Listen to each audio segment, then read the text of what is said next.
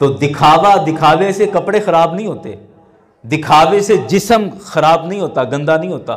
یہ دکھاوا، یہ حسد، یہ انا، یہ خود پسندی، ریاکاری، تکبر، غرور، یہ وہ ساری گندگیاں اور ساری غلاظتیں ہیں جو انسان کے ظاہر کو گندا نہیں کرتی بلکہ انسان کے دل کو گندا کرتی ہیں، اس کی سوچ کو گندا کرتی ہیں اور اس کے دماغ کو گندا کرتی ہیں۔ اور ان گندگیوں سے اپنے دل کو پاک کر لینا، ان گندگیوں سے اپنے دل کو پاک کر لینا، تکبر سے اپنے آپ کو پاک کر لینا، ریاکاری سے خود کو پاک کر لینا، حسد سے خود کو پاک کر لینا، خود پسندی سے خود کو پاک کر لینا، یہ وہ ساری چیزیں ہیں کہ جب انسان شریعت پر چل کر اپنے ظاہر اور باطن کو پاک کر لیتا ہے تو صوفیاء اس کو تصوف کہتے ہیں۔ اور جس انسان کا ظاہر اور باطن صاف ستھرا ہو جاتا ہے لوگ اس کو صوفی کہنا شروع کر دیتے ہیں۔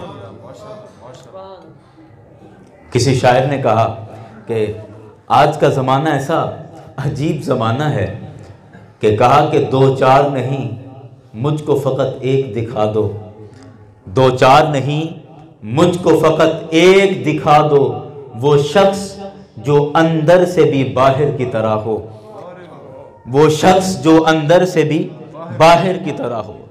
مسئلہ یہاں خراب ہوتا ہے کہ ہم نے اپنے ظاہر پر تو بہت توجہ دے لی، ہمارا لباس پر بہت دھیان ہے، ہم نے صاف ستھرا لباس پہنا لوگوں کو متاثر کرنے کے لیے، ہم نے اچھے لباس کا استعمال کیا، ہم نے اچھے اخلاق کا بھی استعمال کرنا شروع کر دیا، بڑی میٹھی بولیاں بولنا شروع کر دی، بڑے اخلاق کے ساتھ پیش آنے لگ گئے۔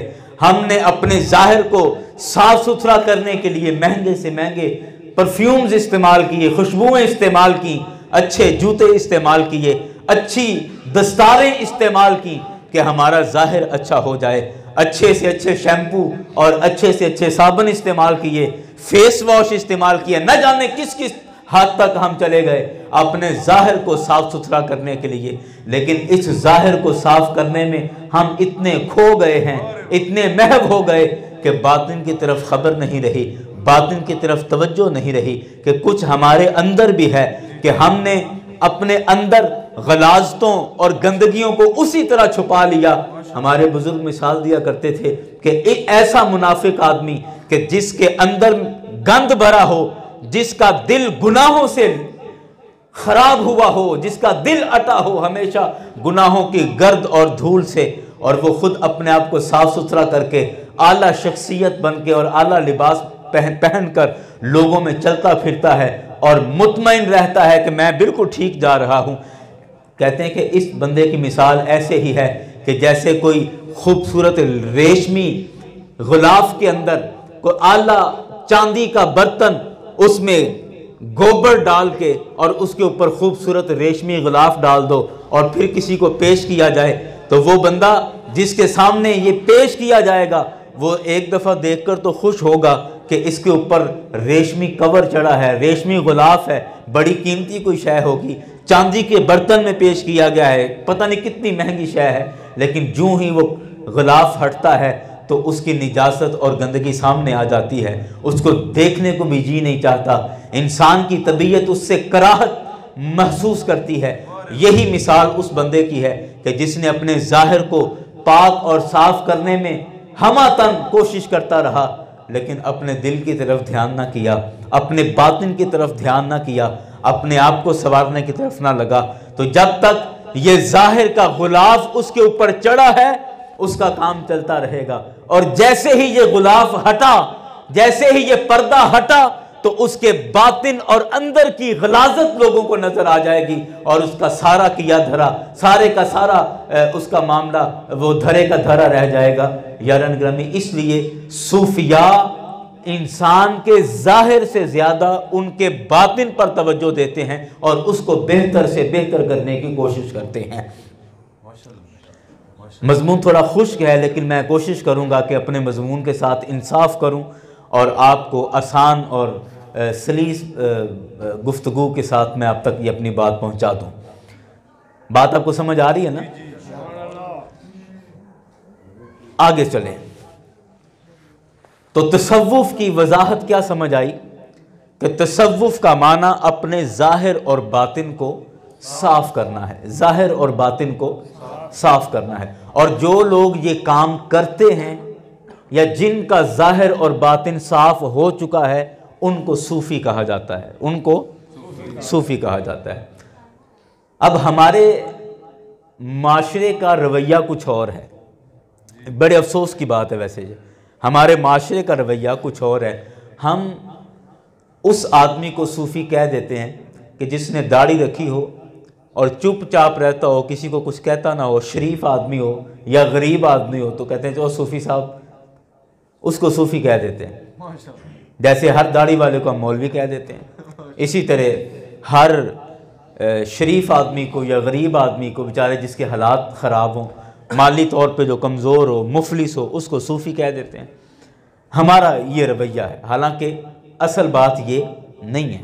مجھ سے قبل علامہ سہیل اختر صاحب بڑی خوبصورتی کے ساتھ بات کر رہے تھے اور میرا بڑا دل کر رہا تھا کہ وہ بات اپنی جاری رکھتے اور بڑی فائدہ مند بات کر رہے تھے. وہ کیا تھا کہ ہمارے پیمانے بدل گئے ہیں، ہمارے معیار بدل گئے ہیں، ہمیں اچھائی اور برائی کی پرکھ کرنا نہیں آتی، ہمیں اچھے اور برے کے درمیان فرق کرنا نہیں آ رہا.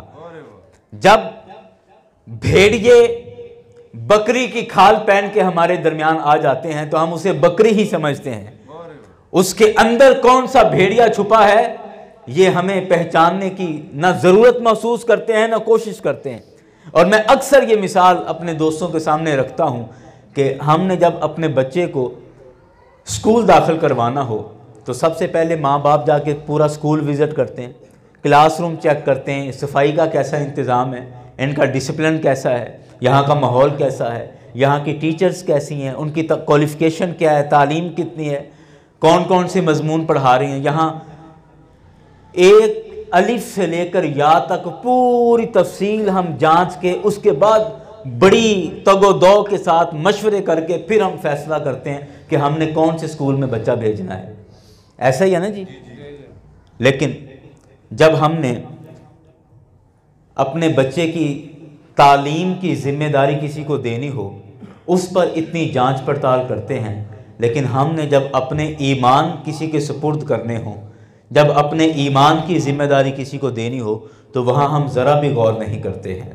وہاں بس جس کو دیکھا کہ جی اس کے تعویذ سے مجھے آرام آ گیا تھا تو لہٰذا اسی کو مان لیا، دیکھا کہ اس کے دم نے شفا دے دی تھی تو اس کو مان لیا، یا جس سے کوئی عجیب و غریب حرکت دیکھ لی اس کو مان لیا، یا اس کی کوئی بات پوری ہو گئی تھی، بابا جی نے کہا تھا مجھے پرسوں کہہ دیا تھا اینج ہونا ہے، لو جی آج ہویا پیا، اس کو بھی مان لیا. حالانکہ اس طرح تو جادوگر بھی کر سکتے ہیں، یہ تو ہر وہ آدمی کر سکتا ہے، شعبدہ باز، جادوگر، مداری اور پتہ نہیں اس طرح کے سارے کرتب وہ بھی دکھا لیتے.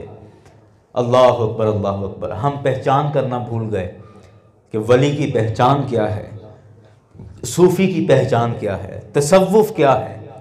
تصوف ظاہر اور باطن کے ایک ہو جانے کا نام ہے. ظاہر اور باطن کے بولیے، بولے تو صحیح ہے، ایک ہو جانے کا نام ہے. ظاہر اور باطن کے ایک ہو جانے کا نام تصوف ہے. اب آئیں میں اگلی بات آپ تک پہنچاتا ہوں کہ ہمیں ولی کی پہچان کن علامتوں سے کرنی چاہیے، کون سا پیمانہ اور معیار مقرر ہے کہ اس پیمانے پر ہم جانچ لیں یا پڑتال کر لیں یا پرکھ کر لیں کہ یہ اللہ کا ولی ہے یا نہیں. بڑی معذرت کے ساتھ سب سے پہلے ہمیں سمجھ لینا چاہیے کہ اللہ کا ولی اس کو کہتے ہیں کہ جو گمراہ لوگوں کو اللہ اور اس کے رسول کی بارگاہ تک پہنچا دے. گمراہ لوگوں کو، بھٹکے ہوئے لوگوں کو، بہکے ہوئے لوگوں کو، بے عمل اور گنہگار لوگوں کو نیکی کے رستے پر لے آئے، ان کو خدا کے قریب کر دے، اللہ کے رسول کی بارگاہ میں ان کو پہنچا دے، اللہ کے حبیب کے قریب کر دے، اس کو اللہ کا ولی کہتے ہیں. آسان لفظوں میں بات کر رہا ہوں. اور رسول اکرم صلی اللہ علیہ وسلم نے ولی کے حوالے سے، اللہ کے ولی کے حوالے سے فرمایا کہ اللہ کا ولی وہ ہے کہ جسے دیکھیں تو خدا یاد آ جائے، جسے دیکھیں تو جسے دیکھے تو خدا یاد آ جائے، خدا کی معرفت ہو جائے۔ اب مجھے آپ بتائیں، بڑی ذمہ داری کے ساتھ عرض کر رہا ہوں اور بڑی کشادگی کے ساتھ اور دل کھول کے آپ نے اس کا جواب دینا ہے، مجھے بتائیں کہ جو آدمی ہمیں اللہ اور اس کے رسول کی معرفت نہیں دلا رہا، جس کے پاس جا کر ہمیں اللہ اور اس کے رسول کا قرب نہیں مل رہا، جس کے پاس بیٹھ کر ہمیں اللہ اور اس کے رسول کی قربت اور محبت نصیب نہیں ہو رہی، کیا آپ اس کو اللہ کا ولی کہیں گے؟ بولیے، نہیں کہیں گے۔ اب یہ ہم کیسے پتہ کریں کہ ہمیں اللہ کی بارگاہ کا قرب مل چکا ہے یا نہیں، یا مل رہا ہے یا نہیں، اللہ کے رسول کے ہم قریب ہو رہے ہیں یا نہیں، یہ کیسے پتہ چلے گا؟ یاران گرامی، اس کے پتہ کرنے کا آسان سا طریقہ یہ ہے کہ جب آپ کسی بھی اللہ کے ولی کے پاس بیٹھیں، کسی کی بھی صحبت اٹھائیں، تو آپ پہلے دن اپنے آپ کو پورا غور کر کے دیکھیں کہ میں آج کس جگہ پر کھڑا ہوں، میری نمازوں کا کیا حال ہے، میری عبادات کیسی ہیں، میں حلال اور حرام کا فرق کتنا کر رہا ہوں، میں شریعت مطہرہ کے کتنے احکامات پر عمل کر رہا ہوں۔ اپنے آپ کو پورا ایک دفعہ دیکھ لیں اور اس کے بعد اللہ کے ولی کی صحبت اٹھائیں، اس کی باتیں سنیں، اس کے پاس بیٹھیں، اخلاص اور محبت کے ساتھ اس پر اعتماد کر کے اس کے پاس بیٹھیں۔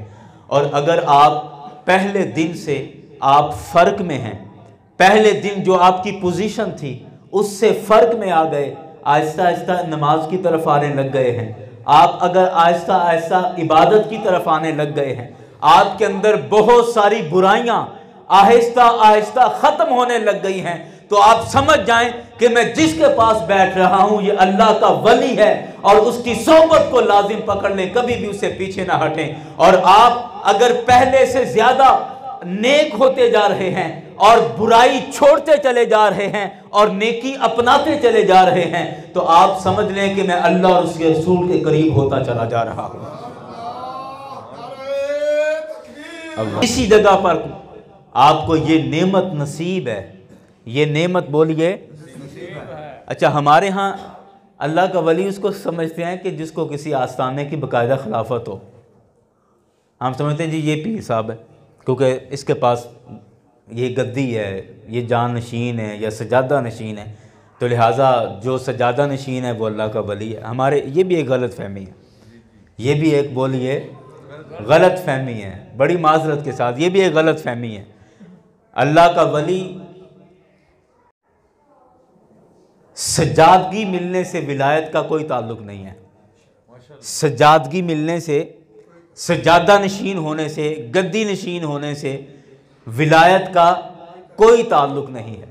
عین ممکن ہے کہ بہت بڑی گدی کا، بہت بڑے آستانے کا گدی نشین اور پیر صاحب جو ہے اس کے مریدوں کے اندر کئی اللہ کے ولی موجود ہوں، اس کے مریدوں میں ایسے تہجد گزار، نمازی، متقی، پرہیزگار لوگ موجود ہوں کہ جو اللہ کے اتنے قریب ہو چکے ہوں کہ اللہ نے ان کو ولایت کا مقام عطا فرما دیا ہو، لیکن وہ چھپے رہتے ہیں، چھپے رہتے ہیں اور ہم ان کو نہیں پہچان پاتے۔ کیوں؟ کیونکہ ان کے پاس عہدہ نہیں ہے، گدی نشین کا عہدہ نہیں ہے نا ان کے پاس، اس لیے ہم ان کو نہیں پہچان پاتے، ہم ان کو پیر سمجھتے بھی نہیں ہیں، ان کو ولی سمجھتے بھی نہیں ہیں، کیونکہ ہمارا دھیان ہی نہیں جاتا اس طرف۔ اللہ اکبر، اللہ اکبر۔ مارکیٹ میں جائیں نا تو صرف ان چیزوں پر نظر پڑتی ہے جو سامنے فریم پر لگی ہوتی ہیں، جو ڈسپلے کے طور پہ دکاندار نے سامان لگایا ہوتا ہے وہی نظر آتا ہے۔ اللہ اکبر، اللہ۔ ہر چمکنے والی چیز سونا نہیں ہوتی، ہر چمکنے والی شے سونا نہیں ہوتی، ہماری یہ غلط فہمی ہے۔ تو میں بات عرض کر رہا تھا کہ ہر وہ بندہ مرد قلندر ہے، ہر وہ بندہ مرد کامل ہے کہ جس کی صحبت اور جس کی گفتگو سے آپ کے دل پر اثر ہو رہا ہے اور آپ آہستہ آہستہ برائیاں چھوڑتے جا رہے ہیں اور اچھائیاں آپ کے اندر آتی چلی جا رہی ہیں، تو آپ اللہ اور اس کے رسول کے قریب ہوتے جا رہے ہیں۔ وہ اس کے پاس سجادگی ہو یا نہ ہو، وہ سجادہ نشین ہو یا کوئی عام بندہ ہو، جس کی صحبت سے آپ کے ظاہر اور باطن میں فرق آتا جا رہا ہے، آپ کا ظاہر بھی بہتر ہوتا جا رہا ہے، باطن بھی بہتر ہوتا جا رہا ہے. جس بندے کی وجہ سے بھی یہ تاثیر آپ میں آتی جا رہی ہے، آپ یقین کر لیں کہ یہ آدمی مرد قلندر ہے اور اللہ کی بارگاہ کا پہنچا ہوا آدمی ہے. یہ اللہ کا ولی ہے. یہ کیا ہے؟ اللہ کا ولی ہے. یہ اللہ کا ولی پہچاننے کا، ولایت کا مقام پہچاننے کا بڑا آسان سا طریقہ ہے کہ جس کی گفتگو آپ کے دل پر اثر کرے اور جس کی تربیت سے آپ بہتری کی طرف آ رہے ہیں، آپ یقین مان لیں کہ اللہ کا یہ ولی ہے اور اللہ نے اس کو ولایت کا مقام عطا فرما دیا ہے. یاران گرامی، میں اور تھوڑی سی بات کر کے اپنی بات کو سمیٹنے کی طرف لے آتا ہوں کہ اولیاء کرام، میرے شیخ طریقت نے ایک موقع پر ایک بات ارشاد فرمائی اور بڑی عجیب سی بات ہے. آپ فرمانے لگے کہ ہم اتنے دنیا دار ہو گئے ہیں اور اتنے دنیا پرست ہو گئے ہیں کہ ہم اللہ کے ولیوں اور پیروں کو بھی اپنی دنیا کے لیے استعمال کرنا چاہتے ہیں. سبحان اللہ کہنے والی گل نہیں سی. جب سمجھ آئے تو پھر سبحان اللہ کہیں، نہیں سمجھ آ رہی تو چپ کر جائیں، کوئی مسئلہ نہیں، میں ہوں نا بولنے کے لیے. جب سمجھ آئے بات کی تو پھر سبحان اللہ کہیں. اچھا، میں بات عرض کر رہا تھا کہ میرے شیخ طریقت نے اس موقع پر بڑی عجیب سی بات بیان فرمائی. آپ کہنے لگے کہ ہم اتنے دنیا دار ہو گئے ہیں اور اتنے مادہ پرست اور دنیا پرست ہو گئے ہیں کہ ہم اللہ کے ولیوں کو بھی اپنی دنیا کے لیے استعمال کرنا چاہتے ہیں. اب آپ سوچیں گے کہ یہ کیسے ہو سکتا ہے؟ یہ ایسے ہو رہا ہے کہ ہم پیروں کے پاس جا کر، اللہ کے نیک بندوں کے پاس جا کر اپنے کون سے مسائل بیان کرتے ہیں؟ ہاں جی، دنیاوی مسائل. پیر صاحب کے پاس گئے، جی حضور دعا فرمائیں کاروبار میں برکت ہو جائے. دکان نہیں چلتی، کوئی تعویذ بنا کے دے دیں. دکان نہیں چلتی، ایک دفعہ حضور آپ آ جائیں میری دکان کے اندر، آ کے دعا فرما جائیں. یا کچھ نذرانہ دکان سے لے کے چلے گئے، جی پیر صاحب کو دے دیں تاکہ میری دکان چلے. پیر صاحب کے پاس چلے گئے، جی حضور یہ سر کا درد نہیں جاتا، حضور میری ٹانگوں میں درد رہتا ہے، حضور مجھے یہ مسئلہ ہے، مجھے وہ مسئلہ ہے، دعا کریں کہ میں مکان بنانے لگا ہوں، دعا کریں میں نے کاروبار شروع کیا ہے، دعا کریں کہ میں گاڑی لینے کے چکر میں ہوں، وہ میری آ جائے. دعا کریں کہ میرا کیس لگا ہوا ہے عدالت کے اندر. کئی دفعہ میرے پاس بھی لوگ آ جاتے ہیں کہ جی اے جج دا نام ہے اور میرے منڈے تے قتل دا کیس پیا ہوا ہے تے اے جج دا نام ہے تے اے نا تسی پرچی رکھ کے تے وظیفہ کرو تے او میرا منڈا رہا ہو جائے. اب قتل کے کیس آپ لے کے آ گئے اور اب مجرم کو سزا نہ ملے تو اور کیا ہو؟ مجرم کو سزا نہ ملے تو کیا ہوگا؟ جرم اور پھیلے گا، جرم اور پھیلے گا. اور یہ ہم بڑے فخر سے بتاتے ہیں کہ جی ساڈا منڈا پھڑیا گیا سی، میں فلانے بابے کو گیا، انہیں کیا بس آج دی رات یہ سویرے منڈا گھر ہوئے گا، بس سویر ہوئی ہے تو جناب رہائی ہوگی. اللہ اکبر، اللہ اکبر. ہم پیروں کو بھی اپنی دنیا کے لیے، ولایت کو، اللہ کے ولیوں کو بھی اپنی دنیا کے لیے استعمال کرتے ہیں. اور میرے شیخ طریقت نے فرمایا کہ آج تک کبھی کسی نے آ کے یہ نہیں کہا کہ حضور دعا فرمائیں میں نماز کا پابند نہیں ہو رہا ہوں. یہ تھے اصل مسئلے پوچھنے والے کہ حضرت دعا کریں، میں بڑی کوشش کرتا ہوں کہ پکا نمازی بن جاؤں، میں اپنے آپ کو گھسیٹ کے مسجد میں لے بھی جاتا ہوں لیکن نماز میں جی نہیں لگتا ہے، دل نہیں لگتا ہے. میرے لیے دعا فرمائیں کہ اللہ نماز کی محبت میرے دل میں پیدا فرما دے. یہ باتیں ہیں جا کر اللہ کے ولیوں سے پوچھنے والی. حضور میرا کام ایسا ہے کہ میں بڑی کوشش کرتا ہوں کہ میں رشوت سے بچ جاؤں، رشوت سے بچ جاؤں، اور میں بچنے کی پوری کوشش کرتا ہوں. حضور میرے لیے دعا کریں کہ اللہ مجھے رزق حلال نصیب فرمائے. یہ باتیں ہیں پوچھنے والی، یہ مسئلے ہیں ان سے پوچھنے والے. اللہ اکبر، اللہ اکبر. میرے شیخ طریقت فرماتے تھے کہ ہم اتنے دنیا دار ہیں، آج تک کبھی کسی نے آ کے یہ نہیں پوچھا کہ جی میں جھوٹ بولنے کی عادت میری ختم نہیں ہوتی، مجھے کوئی وظیفہ بتائیں کہ میری جھوٹ کی عادت ختم ہو جائے. میں پکا نمازی نہیں بن رہا، میرے لیے دعا فرمائیں کہ میں پابندی کے ساتھ نماز پڑھنے والا بن جاؤں. مجھ سے حرام نہیں چھوٹ رہا، یا کوئی گناہ ہے میں اس پر بڑی چھوڑنے کی کوشش کر رہا ہوں لیکن میں اسے نہیں چھوڑ پا رہا، آپ میرے لیے دعا فرمائیں۔ اللہ اکبر، اللہ اکبر۔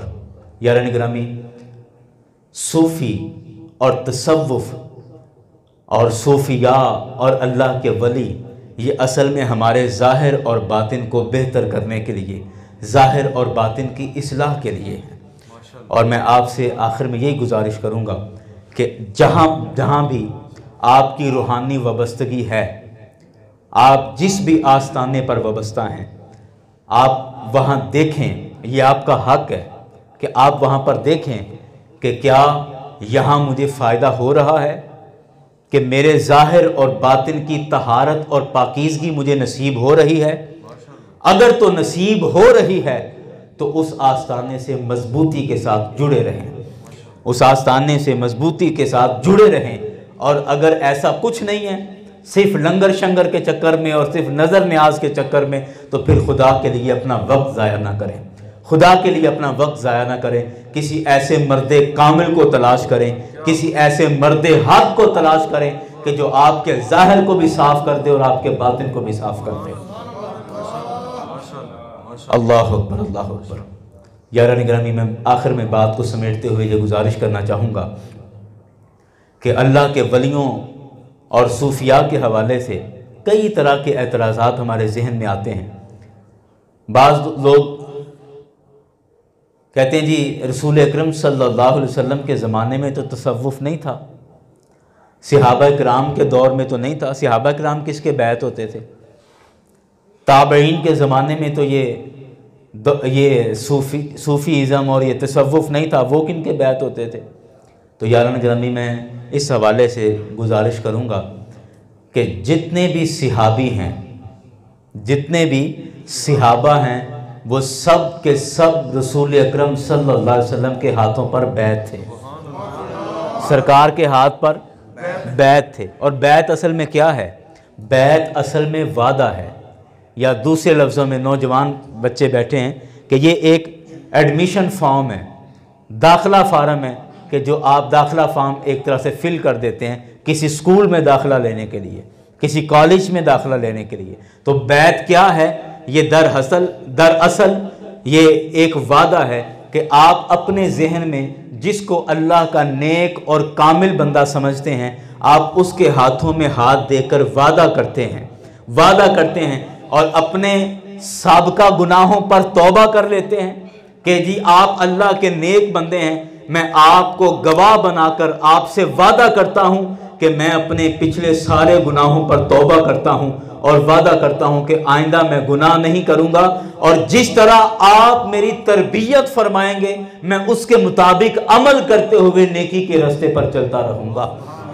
یہ بیعت کا مطلب ہے، یہ بیعت کا مطلب ہے کہ یہ اصل میں حقیقت میں یہ ایک وعدہ ہے، ایک طرح کی یہ توبہ ہے اور ایک طرح کا یہ وعدہ ہے۔ پچھلے گناہوں سے توبہ ہے اور آئندہ کے لیے وعدہ ہے کہ میں آپ کی تربیت اور آپ کے احکامات کے مطابق اپنے آپ کی اصلاح کرنے کی کوشش کرتا رہوں گا۔ یہ بیعت کا مطلب ہے۔ ہمارے ہاں کیا ہے کہ ایک دفعہ بیعت ہو گئے تو اس کے بعد پھر کبھی کچھ سال بعد کہیں عرس پہ جانا ہو گیا تو ہو گیا، اس کے بعد کبھی ہم نے مرشد کی صحبت اٹھانے کی کبھی زحمت ہی نہیں کی، کبھی کوئی ٹائم ہی نہیں ہے ہمارے پاس اصل میں ٹائم نہیں ہے۔ آپ مجھے بتائیں کہ ایک بچہ سکول میں داخل ہو جائے اور داخل ہونے کے بعد پورا سال سکول نہ جائے تو وہ بچہ امتحان میں بیٹھ سکتا ہے؟ وہ بچہ پاس ہو سکتا ہے؟ نہیں ہو سکتا۔ تو آپ نے مرشد کے ہاتھ پر بیعت کر کے تصوف کے سکول میں داخلہ تو لے لیا، لیکن کبھی بیٹھنے کی وہاں توفیق نہیں ہوئی۔ سال بعد عرس پہ چلے گئے اور وہ بھی موج میلہ دیکھنے کے لیے، رونق میلہ دیکھنے کے لیے وہاں پھر پھرا کے کھا پی کے جلیبیاں شلیبیاں کھائیں اور بس شام کو گھر آ گئے۔ اور ہم نے سمجھا کہ میں نے اپنے مرشدوں کا حق پورا کر دیا ہے، میں بیعت تھا وہاں پہ، میں وہاں پہ عرس پہ ہوا ہوں، میری ذمہ داری پوری ہو گئی۔ نہیں، جب بھی وقت ملے آپ مرشد کی بارگاہ میں بیٹھیں، اس کی صحبت اٹھائیں، اس کے پاس بیٹھیں، اس سے باتیں کریں، ان کی باتیں سنیں اور ان کی تربیت پر عمل کرنے کی کوشش کریں، پھر آپ کو صحیح معنوں میں فائدہ ہوگا۔ اور اگر آپ کہیں جی بس میں سلام واسطے ہی آیا تھا، تو سلام سے تو کچھ نہیں ہوتا، سلام علیکم کر کے واپس آ گئے، جی میں بس سلام کرنے کے لیے آیا تھا، تو سلام نہیں ہے، وہاں بیٹھیں، صحبت اٹھائیں، بات کریں، اور پھر اس سے صحیح معنوں میں فائدہ حاصل ہوگا۔ میں اپنی بات کو ختم کر رہا ہوں، وقت کافی ہو چکا ہے، جی چاہ رہا ہے کچھ اور بھی بات اس حوالے سے ہو چکی ہے۔ اس کا تعلق بڑا ہمارے دل کے ساتھ اس کا تعلق ہے، اور یہ درد دل ہے اصل میں جو میں آپ کے سامنے عرض کر رہا ہوں۔ میں نے قرآن پاک کی کافی ساری آیات ذہن میں بٹھا کے لایا تھا، کچھ احادیث بھی لے کر آیا تھا، لیکن بات اس طرف گئی نہیں ہے، تو چلو جس طرف نکلی اسی طرف ہی سے۔ اللہ پاک کی بارگاہ میں دعا ہے کہ رب کائنات ہم سب کو اپنے ظاہر اور باطن کو پاک کرنے کی توفیق عطا فرمائے۔ یہ بڑا ضروری ہے، بڑا ضروری ہے کہ اپنے دل کو صاف کریں، دل کو پاک کریں، اور صوفیاء کرام نے ساری زندگی اسی پر گزار دی ہے، اسی پر گزار دی کہ پہلے انہوں نے اپنے آپ کو پاک اور صاف کیا، اور پھر اپنے ساتھ جڑے ہوئے لوگوں کی تربیت کرتے رہے، ان کی اصلاح کرتے رہے، کسی کو جھڑک کر اس کی تربیت کی، کسی کو لاڈ پیار سے اس کی تربیت کی، کسی کو کچھ آزمائشوں میں ڈال کر ان کی تربیت کی، کئیوں نے کچھ الفاظ کے ساتھ۔ اب ایک آدمی مجھے ملا چند دن پہلے، اور وہ حضرت پیر سید وارث شاہ رحمۃ اللہ علیہ کے بارے میں کوئی بات ہوئی، تو اس نے بڑا جھٹ سے کہہ دیا، کہتا گمراہ لوگ نے سارے ہیں، اس طرح کا اس نے جملہ بولا۔ مجھے بڑی حیرت ہوئی کہ بڑی دلیری کے ساتھ اس نے بہت بڑی بات کر دی، تو میں بڑے تحمل کے ساتھ میں نے اس کی بات سنی۔ میں نے کہا اچھا آپ کیسے گمراہ سمجھتے ہیں ان کو؟ کہنے لگے کہ انہوں نے، آپ ان کی ہیر پڑھ کے دیکھیں، آپ ان بابوں کی کتابیں پڑھ کے دیکھیں، اور ان کے کلام پڑھ کے دیکھیں، عجیب قصے کہانیاں سنا کے لوگوں کو انہوں نے بیوقوف بنایا ہوا تھا اور لوگوں کو پاگل کیا ہوا تھا۔ اس طرح کی اس نے بات کی۔ جب اس نے اپنی بات کھول کر بیان کی تو میرے لیے آسانی ہوگی کہ اب میں اس سے بات کروں۔ تو میں نے ان سے کہا، میں نے کہا کہ آپ نے کبھی بات سمجھنے کی کوشش کی ہے؟ کہتے کیا مطلب؟ میں نے کہا مطلب یہ ہے، آپ سائنس کے آدمی ہیں، اور وہ کسی کالج میں پڑھاتے تھے۔ میں نے کہا آپ سائنس کے آدمی ہیں، آپ پڑھاتے ہیں، طلباء سے روزانہ آپ گفتگو کرتے ہیں، تو آپ مجھے بتائیں کہ آپ کے سامنے اگر پرائمری کلاس کے بچے بیٹھے ہوں، 5ویں کلاس کے بچے بیٹھے ہوں، تو آپ ان کو کیمسٹری پڑھائیں گے، ان کو آپ فزکس پڑھائیں گے، ان کو کون سا مضمون پڑھائیں گے؟ کہنے لگے کہ 5ویں کلاس والے بچے کو تو کیمسٹری سمجھ نہیں آئے گی، اس کو تو ظاہر بات ہے اردو کی کوئی کتاب پڑھائیں گے، یا کوئی انگلش کی ابتدائی کوئی کتاب پڑھائیں گے۔ میں نے کہا مسٹر چپس آپ 5ویں کلاس میں پڑھائیں گے؟ کہتے ہیں نہیں، وہ تو 12ویں کلاس کے اندر ہے۔ تو میں نے کہا یہی اصل میں طریقہ ہے صوفیاء کرام کا، صوفیاء کرام کا یہی اصل میں طریقہ ہے کہ جو آدمی جس انداز کا ہے، اور عقل بھی یہی کہتی ہے کہ اگر آپ کے سامنے پڑھے لکھے لوگ بیٹھے ہیں تو آپ اس انداز کے اندر بات کریں، پھر ہی بات سمجھ میں آئے گی، اور اگر آپ کے سامنے گاؤں دیہات کے لوگ بیٹھے ہیں تو آپ اس طرح کی آسان بات کریں، پھر ہی ان کو سمجھ آئے گی۔ اگر آپ کے سامنے علماء بیٹھے ہوئے ہیں، مفتی بیٹھے ہوئے ہیں، تو ان میں آپ وہ گاؤں دیہات والی باتیں تو ان کے سامنے نہیں کریں گے، ان کے سامنے آپ ان کے لیول کی بات کریں گے، اور بات کرنے کا یہی طریقہ ہوتا ہے۔ اور صوفیاء کرام نے جو قصے کہانیاں لکھی ہیں، ان قصے کہانیوں میں دراصل ان جاہل اور گنوار لوگوں کی تعلیم اور تربیت کے لیے تھا کہ جن کا نہ دین کے ساتھ کوئی تعلق تھا، نہ تعلیم کے ساتھ کوئی تعلق تھا، تو انہوں نے آسان کہانیاں بنا کر اور مفروضی افسانے بنا کر ان لوگوں کے ظاہر کو بھی صاف کیا اور لوگوں کے باطن کو بھی صاف کیا ہے۔ ہم جب ہیر رانجھا کا نام لیتے ہیں نا تو ہمارے ذہن میں وہ فلم آتی ہے جو ہیر رانجھے کے نام پر فلم بنائی ہوئی ہے، کہ شاید یہ اس فلم کی بات ہو رہی ہے۔ میرے ایک بہت اچھے دوست ہیں، ڈاکٹر ہیں، پی ایچ ڈی اسکالر ہیں ماشاءاللہ، ڈاکٹر عرفان صدیقی صاحب، یہاں بھی کئی دفعہ تشریف لائے ہیں۔ انہوں نے مجھے ایک دفعہ کہا، مجھے اس نے کہا کہ آپ نے ہیر رانجھا پڑھی ہے؟ میں نے کہا جی میں نے نہیں پڑھی، میرے نانا جی کے پاس تھی، میں ایسے شوق سے تھوڑا بہت پڑھا ہے، کوئی باقاعدہ اس کو تسلی کے ساتھ پورا لفظاً میں نے نہیں پڑھا۔ کہنے لگا انہوں نے بتایا، کہتے میں نے پڑھی ہے۔ میں نے کہا جی اچھا، میں نے کہا کیا ہے اس میں؟ کہنے لگا کہ اگر ہم وہ کتاب پڑھیں تو کتاب ہمیں کسی اور طرف لے کر جاتی ہے، اور جو ہماری عوام کو بتایا گیا ہے فلم دکھا کے اور جو سمجھایا گیا ہے کہ یہ ہیر رانجھا تھا، وہ بالکل اس کے الٹ ہے اور کچھ اور چیز دکھائی گئی ہے۔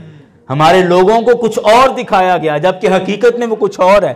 مجھے انہوں نے بتایا، کہنے لگے کہ اس میں شرح عقائد نصفی جو بڑے لیول کے علماء کو کتابیں پڑھائی جاتی ہیں، ان کتابوں کی بحثیں ہیر رانجھا کتاب کے اندر موجود ہیں، اور اگر اس کو صحیح معنوں میں پڑھا جائے تو انسان اللہ کی محبت اور اللہ کے رسول کی محبت کے بغیر رہ نہیں سکتا ہے۔ ایسی تصوف اور معرفت کی باتیں انہوں نے بیان کی ہیں اس کے اندر. لیکن مسئلہ یہ نا پڑھے کون؟ ہمیں دیکھنا آسان ہے, ہم چاہتے ہیں بس ریموٹ کا بٹن دبائیں اور پوری بات ہمیں سمجھ آ جائے. میں ڈاکٹر صاحب کا اشارہ دیکھ رہا ہوں, بار بار مجھے کہہ رہے ہیں وقت ہو گیا, لیکن کوئی بات نہیں, ہم نے کون سا کہیں جانا ہے, سارے ادھر کہیں ہیں, کوئی مہمان تو نہیں نا بیٹھے, اس لیے میں جتنا میرا دل کر رہا ہے مجھے ذرا بات کر لینے دیں. میں بات یہ عرض کر رہا تھا کہ ہمیں حقیقت نہیں دکھائی جاتی, ہمیں کسی اور طرف بار بار لے جایا جاتا ہے اور ہم اسی طرف نکل جاتے ہیں. لیکن اصل کیا ہے؟ صوفیاء نے جو قصے کہانیاں سنائیں, اور ان قصے کہانیوں میں اصل میں تربیت تھی. میں مثال کے طور پہ ایک آپ کے سامنے ایک چند مصرے رکھ کے چلو پھر بات کو ختم کر دیتا ہوں, ڈاکٹر صاحب کا بھی دل رہ جائے گا. کہ ایک بہت بڑے شاعر ہیں اور بہت بڑے صوفی ہیں, اللہ کے ولی تھے. اب ان کا یہ کلام آپ کو حیرت ہوگی یہ سن کے کہ اکثر گانوں کے اندر یہ جملے یہ لفظ گائے جاتے ہیں, اور جب گانوں کے اندر ہم سنیں گے تو ظاہری بات ہے اس کو ہم نعت تو نہیں سمجھیں گے, ہم اس کو کیا سمجھیں گے کہ گانا ہی ہے, اور اس کو گانے کے طور پہ گایا جائے گا, گانا ہی سمجھا جائے گا اور گانا ہی کہا جائے گا, اور وہی ہم سمجھتے رہیں گے. حالانکہ اگر اس کے صحیح لفظوں کو معنوں کو دیکھیں تو بات اصل میں کچھ اور تھی, لیکن ہم نے بنا کچھ اور دی ہے. مثلا حجرے شاہ مقیم دی ایک جٹی عرض کرے, یہ ایک بڑا مشہور کلام ہے اور پرانے لوگ سنتے ہیں اس کو. حجرے شاہ مقیم دی ایک جٹی عرض کرے, آگے کیا جی؟ ایک منٹ, ہاں جی. حجرے شاہ مقیم دی ایک جٹی عرض کرے, 5-7 مرن گوانڈنا تے رہندیاں نو تاب چڑھے, گلیاں ہو جن سنجیاں تے وچ مرزا یار پھرے. اس میں یہ بھی آتا ہے کتی مرے فقیر دی جڑی نے تے ٹوں ٹوں کرے, سردہ سائیں مرے. اب یہ ایک پورا کلام ہے, اور اس کو کوئی گانا سمجھ رہا ہے, کوئی اس کو کیا سمجھ رہا ہے, کوئی کیا سمجھ رہا ہے. حالانکہ صحیح معنوں اس کو دیکھیں تو یہ ایک تربیت تھی, یہ ایک تربیت کی بات تھی. وہ کیا تھا؟ حجرے شاہ مقیم سے مراد یہ چونیاں سے آگے جو حجرے شاہ مقیم ہے یہ نہیں ہے. حجرہ کہتے ہیں پرسنل روم, حجرہ کہتے ہیں کمرے کو. شاہ مقیم, شاہ کا مطلب ہے اللہ کی ذات, اور مقیم کا مطلب ہے کہ وہ حجرہ, وہ کمرہ کہ جس میں اللہ قیام فرماتا ہے, جو اللہ کی گزرگاہ ہے اس کی بات ہو رہی ہے. اور حجرے شاہ مقیم سے مراد انسان کا دل ہے. حجرے شاہ مقیم سے مراد انسان کا مولانا روم رحمۃ اللہ علیہ نے فرمایا کہ دل گزرگاہ جلیل قادر است, کہ یہ دل یہ رب کائنات کی گزرگاہ ہے, یہ رب کائنات کی گزرگاہ ہے. تو حجرے شاہ مقیم دی یعنی اس دل کی کا ایک جٹی عرض کرے. اور جٹی سے مراد کیا ہے؟ جٹی سے مراد ہمارے سمجھ میں کیا آتا ہے کہ حجرے شاہ مقیم جو کوئی جٹاں دا گھر ہوئے گا, شاید انہوں نے گھر دی گل, وہ کوئی گوانڈیاں تو تنگ ہون گے, شاید انہوں نے کوئی گل سنائی ہونی. نہیں نہیں نہیں, باتیں یہ نہیں ہیں. ہمیں غور کرنا ہوگا, ہمیں اپنے کان بھی کھلے رکھنے, اپنی آنکھیں بھی کھلی رکھنی ہیں کہ بات ہو کیا رہی ہے, کہاں سے ہو رہی ہے, جا کہاں رہی ہے, ہم کس طرف جا رہے ہیں.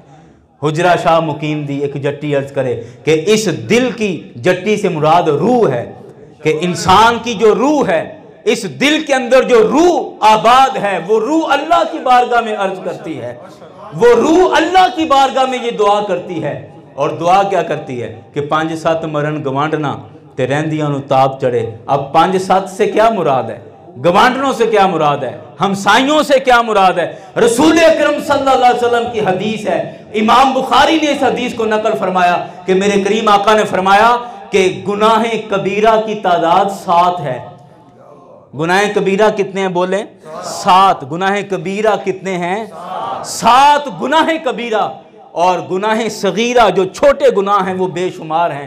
تو کہا 5-7 مرن گوانڈنا, 5-7 مرن, اس دل کے ہمسائیگی میں, اس دل کی قربت میں جو گناہ کبیرہ ہیں, جو جھوٹ اور مکر, فریب, حسد, بغض, کینہ, ریاکاری, دکھاوا, یہ سارے گناہ جو ہمارے دل کے قریب ہیں, فرمایا 5-7 مرن گوانڈنا تے رہندیاں نو تاب چڑھے, کہ جتنے گناہ کبیرہ ہیں میرے دل کے قریب وہ سارے مر جائیں, ختم ہو جائیں, اور جو گناہ صغیرہ ہیں, چھوٹے گناہ ہیں, وہ اتنے کمزور اور بیمار ہو جائیں کہ وہ بالکل بے اثر اور بے سود ہو جائیں. کہا کہ گلیاں ہو جن سنجیاں تے وچ مرزا یار پھرے. کہا کہ جب میرے دل گناہ کبیرہ سے بھی پاک ہو جائے گا,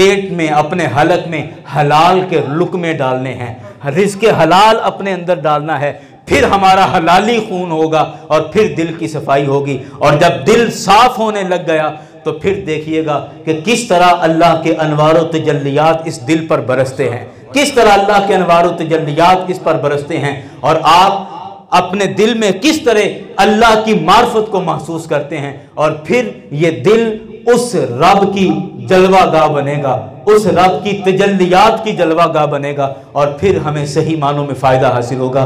اللہ کی بارگاہ میں دعا ہے کہ اللہ تعالی ہمارے ظاہر اور باطن کو پاک کر دے، ہمارے ظاہر اور باطن کو صاف کر دے، اور اللہ تعالی ہمیں اولیاء اور صوفیاء سے صحیح معنوں میں فیض حاصل کرنے کی توفیق عطا فرمائے، اور ان کی تعلیمات پر ہم کو عمل کرنے کی توفیق عطا فرمائے۔ میری ساری گفتگو میں اگر کسی دوست کی کوئی دل آزاری ہو تو میں معذرت خواہ ہوں، لیکن محض جو حق تھا وہی مجھے بیان کرنا تھا، اور وہ فرمایا کہ جزاک اللہ جی، فرمایا کہ حق بات کہو، لو کانا مرن، اگرچہ وہ کڑوا ہی کیوں نہ ہو، تو یقیناً جب اس نشست پر، اس منبر پر بیٹھتے ہیں تو بہت ساری باتیں ذہن میں ہوتی ہیں کہ ہم، کوئی ہے جو کل کو ہم سے بھی پوچھے گا کہ تمہیں یہ کرسی دی تھی تو تم کیا کرتے رہے، تو بس اس دن سے ڈر لگتا ہے، اس وجہ سے کچھ کڑوی باتیں بھی کرنا پڑتی ہیں۔ تو اللہ تعالیٰ مجھے میری خطاؤں پر مجھے معاف فرمائے، اور جو میں صحیح باتیں کر سکا ہوں اللہ پاک ان پر عمل کرنا ہم سب کے لیے آسان فرمائے، اور اللہ پاک ہم سب کی طرف سے اس محفل کو اپنی پاک بارگاہ میں قبول فرمائے۔ وما علینا الا